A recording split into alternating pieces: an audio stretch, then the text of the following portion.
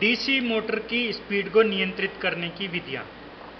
DC motor की speed दो तरीके से नियंत्रित की जाती है, फील्ड के वोल्टेज नियंत्रित करके और आर्मेचर के वोल्टेज नियंत्रित करके और फील्ड के वोल्टेज नियंत्रित करके स्पीड नियंत्रित की जाती है।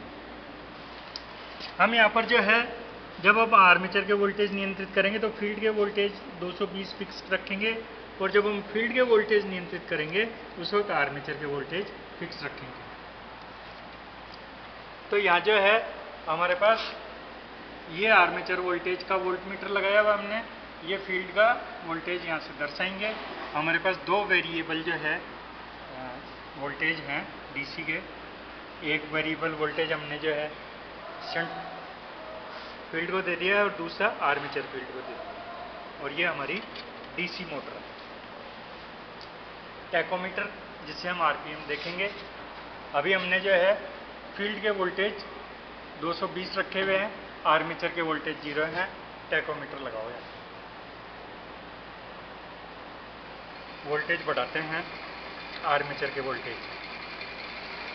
आर्मेचर के वोल्टेज जब मैं 100 ले लूँगा आर्मेचर के वोल्टेज, उस वक्त जो है आरपीएम जो है वो हम मीटर में देख लेंगे।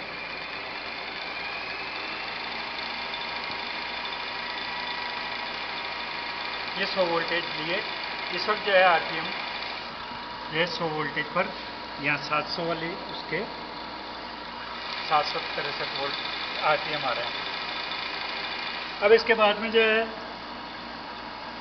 हम जो है 150 वोल्ट पर देख लेते हैं कि आरपीएम कितना आएंगे।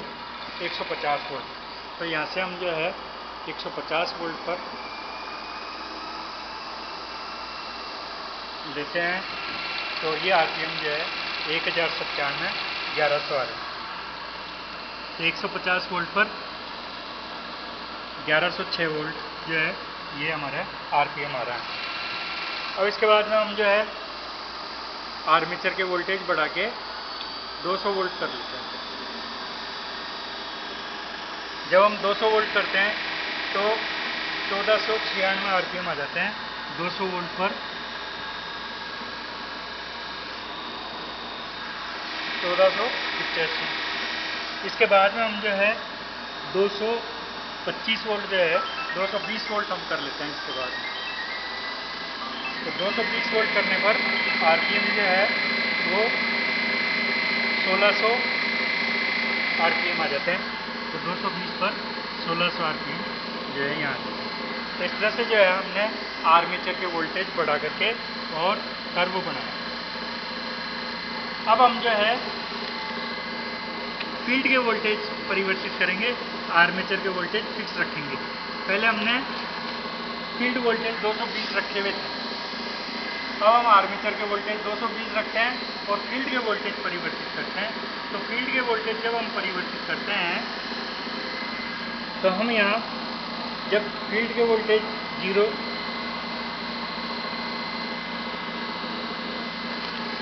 फील्ड के वोल्टेज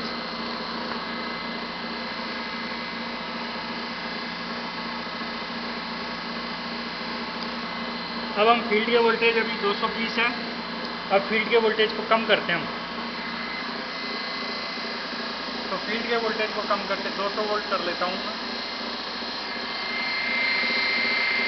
तो 1554 200 वोल्ट पर 1500 180 वोल्ट कर लेता हूँ मैं। वोल्टेज कम करने पर आरपीएम बढ़ गए। 180 वोल्ट लेने पर 180 वोल्ट लेने पर आरपीएम बढ़ गए। अब मैं वोल्टेज बढ़ाता हूँ, वोल्टेज बढ़ाने पर आरपीएम कम होंगे। 220 पहले थे, 250 वोल्ट करने पर आरपीएम कम हो गए। 250 वोल्टेज यहाँ करने पर आरपीएम कम हो गए। 250 के बाद में 270 270 करने पर आरपीएम और कम हो गए। आरपीएम और कम हो गए। तो जैसे जैसे हम आर्मेचर फील्ड के वोल्टेज बढ़ाते हैं, आरपीएम कम होते हैं, फील्ड के वोल्टेज कम करते हैं तो स्पीड बढ़ती है। तो फील्ड वोल्टेज नियंत्रित करके भी हम स्पीड को परिवर्तित कर सकते हैं और आर्मेचर के वोल्टेज को नियंत्रित करके भी स्पीड को परिवर्तित कर सकते हैं।